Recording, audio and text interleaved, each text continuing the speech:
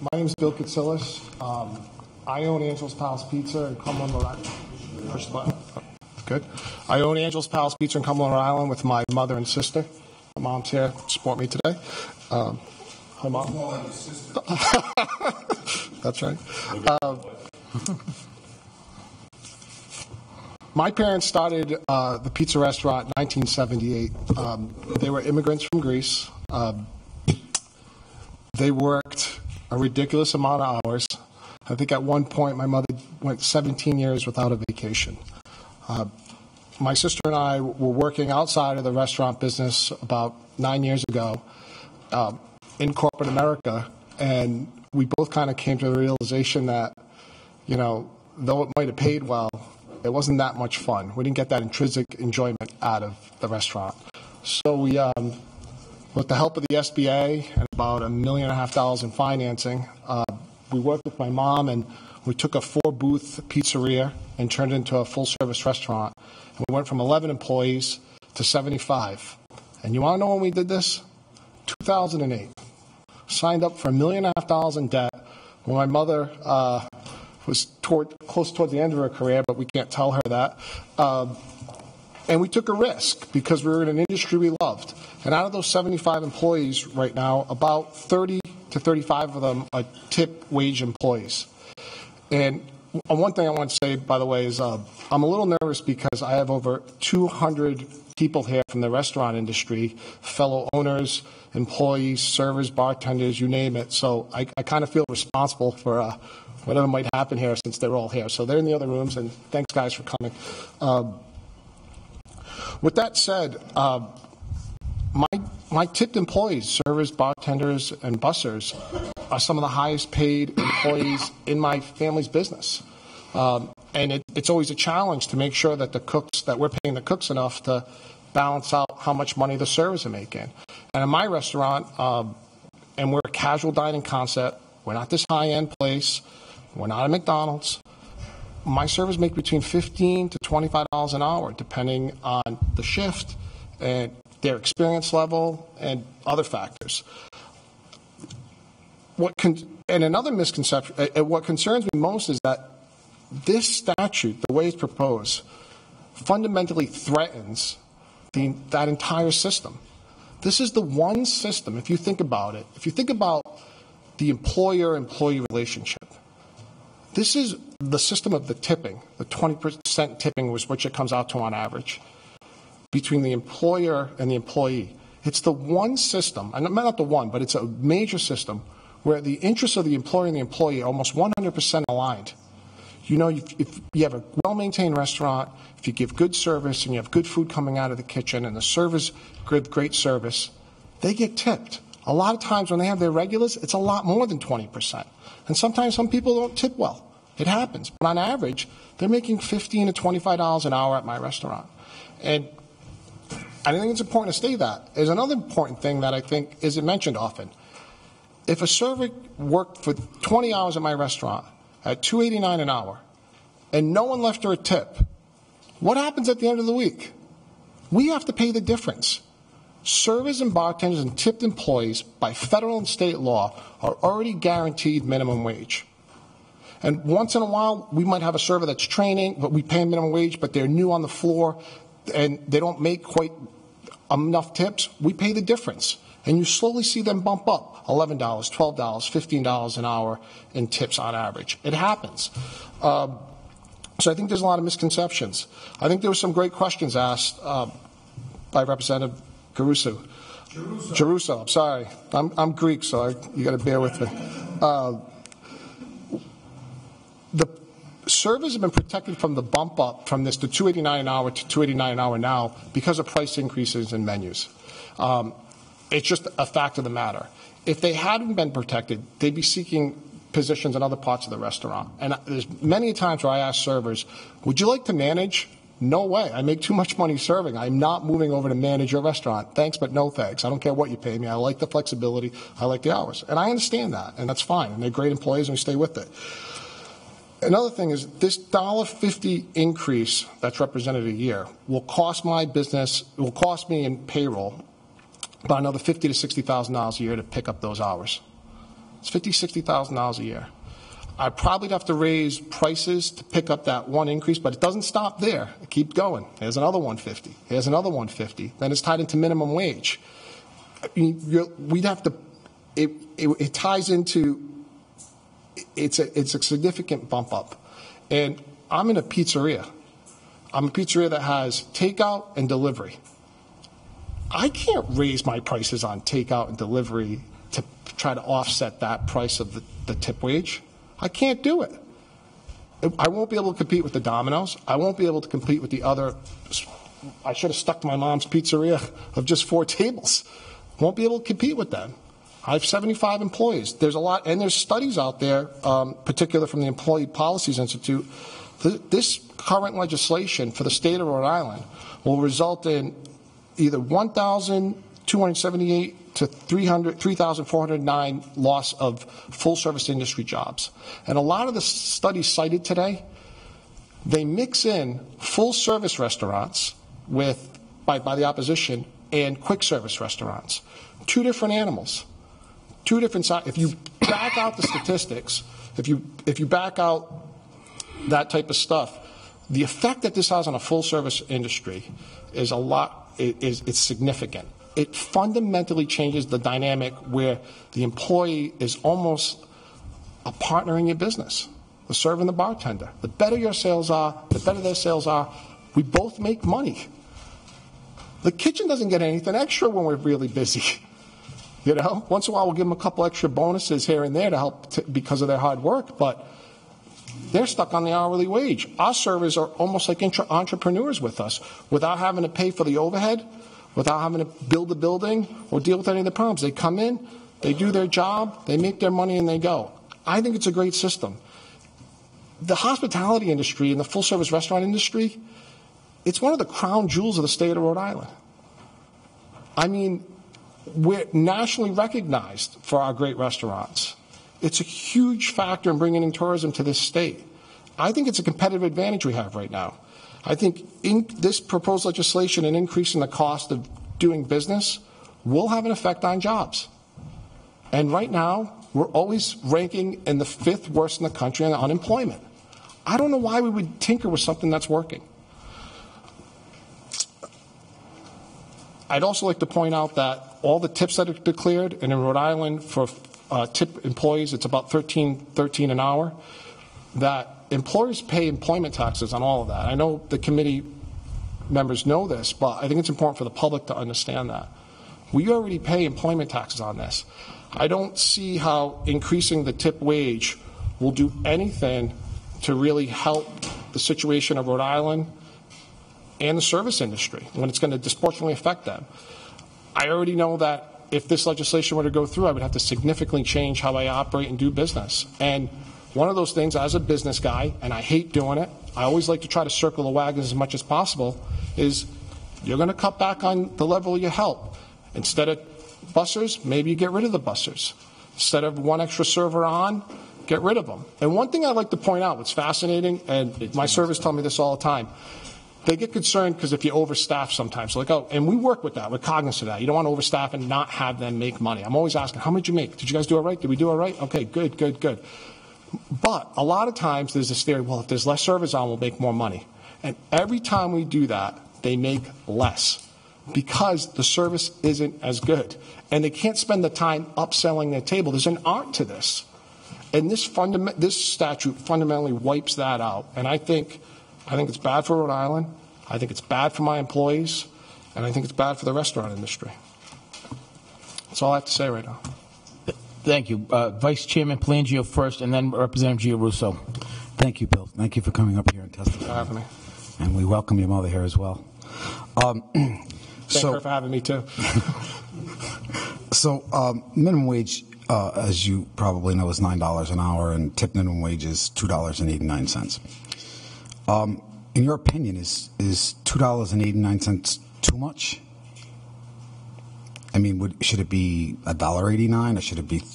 I'm just curious your opinion. Well, my opinion on that is that should we not have one at all? And I'm just, you're in the industry. I mean, I'm responsible for paying the $9 no matter what happens, if they don't make it or not. I think $2.89 is a floor. I think we've built our business models on this tip wage system. When we went to the bank and you have to tell them how you're going to pay them back, we all developed these models.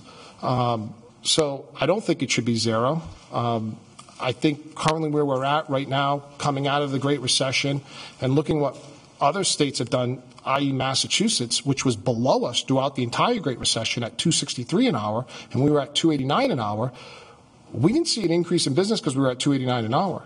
We didn't see an increase in employment because we were at $2.89 an hour versus $2.63 in Massachusetts. I just know I've looked at these studies, I look at the numbers. When I raise prices at a casual dining restaurant, I lose customers over time. It happens slightly. When the gas prices go down, my sales go up. When the prices go up, they come down a little. It's like I understand what you're saying, but it's almost like a vicious circle that if perhaps the employees made more money, you'd have more customers because those are the type of folks that come back and eat at casual dining. I mean, possibly. I mean, I represent a working class community, yep. And the more disposable income they have, the more money they spend. They don't buy condos out of state, or they spend it right in the community. That goes right back into the community. And I guess the point I'm trying to make is, initial point was, do you think it should be increased at all, or ever be increased, or do you think the customer and the server it'll kind of reach its happy medium wherever that may be?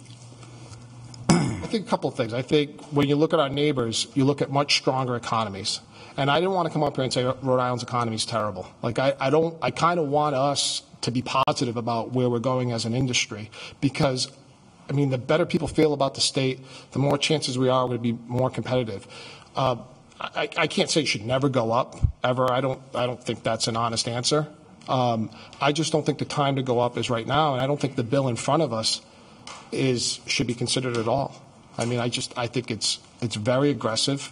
I think it fundamentally changes the way we do business, and I think overall it's worse for tipped employees. And if you look at the Employment Policies Institute study, it backs that up with quantitative data. Any increase will be a reduction in jobs at this point, and I just think at this time we should tread lightly.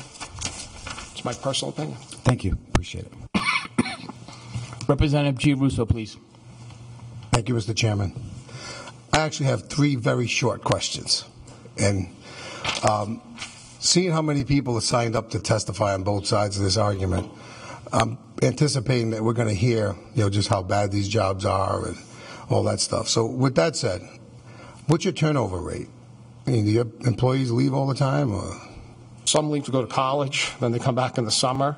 My turnover rate in the front of the house is very low because we have a busy restaurant and we do things right. We help train our employees. They go through a substantial training period at minimum wage. We have manuals and tests to help them succeed, and we run a respectful operation. And what happens is, I think a lot of times turnover rate happens when you have people aren't making money, because if you go on Craigslist and you look how many restaurants are out there hiring, there's a lot of people hiring. People have trouble getting help a lot of times. We're fortunate enough that we don't have that issue because I think our reputation precedes ourselves. Like, you're going to make good money. You're not going to make the Capitol Grill money. You're not going to make the Federal Hill money. But we're also closed. We close at 10 o'clock. You don't have to stay till 12 o'clock at night. So there's a trade-off. So my turnover rate is low. That's my answer. Right. Well, that was my point, because I know you can associate turnover rate with a happy employee or somebody who's, because if they're not making money at your place, they're just going to leave and they're going to go somewhere else. So that's really the basis of my question. The other question is, you almost answered it when you said they go off to college. Of most of your employees that would pertain to this bill, how many of them are the breadwinner of the family? Breadwinner of my front of the house staff, I'm maybe less than 5%. Okay, and one more question. If this was to be enacted, how would it impact you? Would you have to lay off some staff? Because, as a business person, I do get it that if it's probably not a big deal to have an extra 10 waiters or waitresses if you're only paying $2.89 an hour on a slow night. But if you're paying them if you're paying them a lot more, then you're going to probably have half that staff. Well, but yes and no, right? I think two things happen. You go to $9 an hour, and you start, and it's weird. The time tracks up. It sounds like, it's just $9 an hour. It adds up. So what happens is, I have to charge for that. So you charge for that, the prices go way up, 10%, 20% higher. Then customers are in the habit of tipping on top of that 20%. And they usually tip on the after sales tax price nowadays, which is, I think, very noble of people to do that. We charge the 8%. We're by the way, highest sales tax of any industry in the state, to point out. And people tip on that bottom line most of the time. 9 out of 10 customers tip at that bottom line. So what would happen, I think, two things would happen. I jack up prices for my dining room, or have some sort of surcharge to pay for increased charges, and I don't do it for my takeout and delivery. Less people come inside the restaurant. If less people come in, I inherently need less service. I maybe have to cut someone in the kitchen because I don't need that extra body on a Friday night, extra 3 or 4 people to make it happen. And the staff understands that.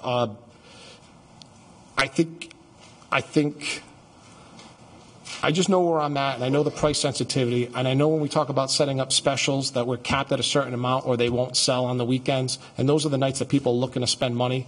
And I know I still got to run a dinner for 2 on Mondays and Tuesdays at $32.99 to get people in the door on a Monday and Tuesday with a bottle of wine, 2 salads, 2 entrees, and dessert. I think it's a pretty good deal, and I hope that my customers tend to be a little more generous when they know they're getting that deal with that staff, and the servers are happy because I'm getting bodies in there, I'm getting customers in there on a Monday night. So to answer your question, I think I don't staff 10 just for the sake of staffing 10. We staff so what works best for the restaurant and the servers and the customers. It's always a balance. That's why I didn't want to answer it just like that. Right now, my restaurant requires a certain number of people on certain nights to give the best service, and it usually ends up working out the best for all parties involved.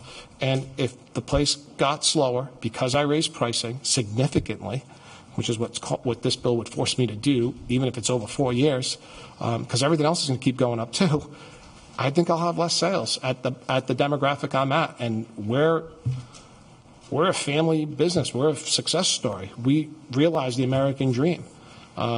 So you think you'll have to cut staff? Oh, 100%. I mean, not 100% of them, but significant cuts in staff. And I think what you see is, in the restaurant industry, the big operators are kind of moving away from a full-service concept because of a lot of this pressure.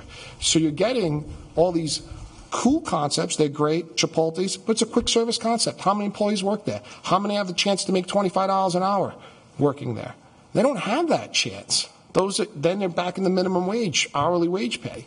I mean, the full-service restaurant industry, to me, it's with the front-of-the-house staff, it's an awesome model. Go to Europe and eat in Europe at a restaurant that doesn't have this, and where they don't tip. And I mean, I don't want to make fun of my homeland, but I mean, the service in Greece and the economy in Greece are not something I want to emulate this state or this country after. That's that. Thank you. Thank you. Representative McKiernan first, then Representative Casey, and then Representative Chippendale. So you've sparked a lot of interest from the committee. Very quick question, though, and I just walk us through. You've said it, that basically you have to pay minimum wage come pay period if somebody hasn't made minimum wage. How does that work? Well, real simple. You call in your payroll. Here's this person at this hourly rate, and you write down what their tips are, which are usually generated by the POS system, and the servers each night when they cash out tell you how much their cash tips are. The credit card tips are captured. So, I call it into our bookkeeper, and she'll email us back and say, on the rare occasion it happens, sometimes it happens with the bussers, hey, so-and-so is short $4 to make minimum wage or short $13, and they notify us that they'll be upping their check on they'll be coming out of our money to make minimum wage. And what's great about that is sometimes it's like so-and-so reported 0 tips. So you go back and, Mom, I don't want to point fingers, but, sometimes we make clerical errors sending that report out, or the person didn't punch in their tips. So you call them up and go, what happened? How'd you do on tips? Did you make any tips this week? They're like, yeah, I made tips. What are you talking about? Like, well, it says 0 for yesterday. Like, oh, sorry about that. And you just work it out. I mean, I'm always asking my servers and bartenders, how did you do today? How did you do today? Because I don't want the turnover. I don't want the turnover. And when you lose a great server to another restaurant, and it's happened to us. I've lost plenty of servers to Federal Hill, Mike, and they've come back. They've come back for a host of reasons, not because they were necessarily they went there and weren't making as much. They might have been making more money, but it's just the marketplace. It was a different pace, a different style of service. But to the point that I was making, you call it in, and when the payroll checks come out, it's made up for. Absolutely. And I think you said earlier it's a weekly pay for you? Absolutely. That answers my question. Thank you. Representative Casey, and then Representative Chippendale. Thank you. Bill. I'm sorry. Thank you, Bill. Thank you for your testimony. Thank you. My question is, you are a border community to Massachusetts. I know recently they raised their tip minimum wage as well. Do you have any connections or associates from the Massachusetts industry, and do you know how that's affected their restaurant business as well? Well, from the business side. Well, I know what it did. Let's talk about that increase, because it increased their hourly wages for their tipped employees by 37 cents. Okay. So Massachusetts went from $2.63 to $3 this year. We were at $2.89. We were ahead of them. Right now we have about 11 cents below Massachusetts at this time. Mm-hmm. I'll tell you one thing. They're in a much more stronger economy than the state of Rhode Island to bear that. Furthermore, what I would also point out, when you look into the effect of how you raise your prices in Massachusetts versus Rhode Island, take our sales tax, take their sales tax. Theirs is lower. Some communities it's 6.25%. Some communities it's a little bit more. If they have a municipality tax, they're lower. That affects our competitive set on a border community. If you talk to people in Cumberland and Woonsocket, vis-a-vis Massachusetts. So it's not an apples-to-apples comparison. And the short answer is it just costs businesses a little bit more money to do business in Massachusetts, but they're in a better competitive set than we are to handle and absorb that. Okay. Thank you. Representative Chippendale, please. Thank you, Mr. Chairman. Thank you very much for your testimony tonight. Thank you. I'd like to go back to a couple of things that you mentioned. You mentioned that as an establishment, you work very hard to make sure that your other employees, and my wife has 25 years in restaurant management experience, so I kind of, through osmosis, have learned quite a bit about the business, and it's hard work. You try to keep your other employees, whether they're bussers, as you said, or well, by example, the cooks, floor managers, greeters, whatever. You try to keep them on par. Now, some jobs are would earn more. A chef is going to earn more than a line cook as they work their way up. But those prices are adjusted based on what your servers make, correct? Because you want them to stay competitive, if I understood what you said. Somewhat. I mean, that's a function of a couple of things. It's a function of, the front of the house shouldn't walk away with all the spoils versus the back of the house. And you always have that tension. I'll pay them. They get paid a higher They get paid a much higher hourly wage inherently. And in my situation, it's a lot higher than the minimum wage for many of my employees. I do have some minimum wage employees, and they tend to be